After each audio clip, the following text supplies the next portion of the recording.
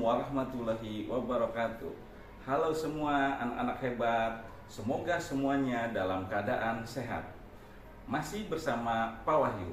Kali ini Bapak akan membahas materi yang sangat menarik loh. Sebelum Bapak membahas materi tersebut, Bapak pengen tanya dulu nih, apakah ada yang suka main air semuanya? Main hujan-hujanan? Atau setiap hujan turun, kamu senang dengan hujan-hujanan?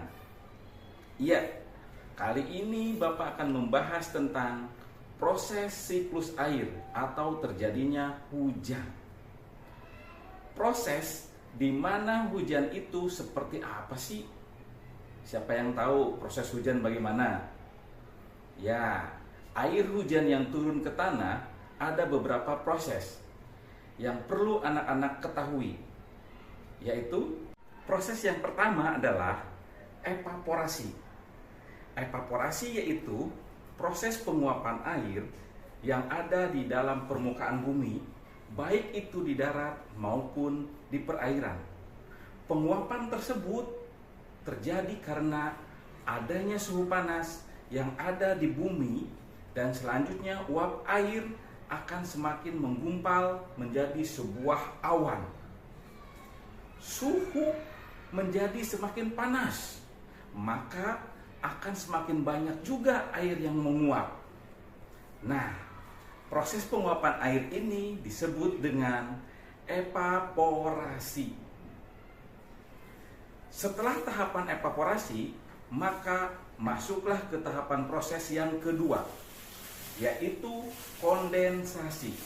Proses kondensasi ini terjadi saat evaporasi naik ke atmosfer bumi dan kemudian mengembun.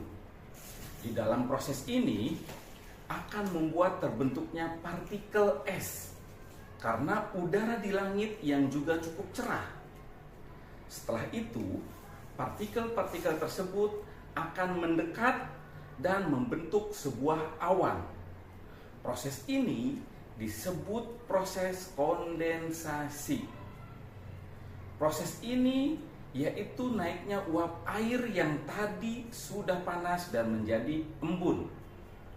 Nah, berikutnya adalah proses yang ketiga. Nah, proses yang ketiga atau yang terakhir yaitu proses presipitasi. Nah, tapi proses presipitasi ini akan dijelaskan lebih lanjut oleh teman Bapak, yaitu Ibu Widi. Nah, anak-anak, selanjutnya proses yang ketiga adalah proses presipitasi. Jadi setelah evaporasi, kondensasi, dan kita terakhir belajar tentang presipitasi. Nah, proses presipitasi adalah proses terakhir, yaitu mencairnya butiran-butiran es.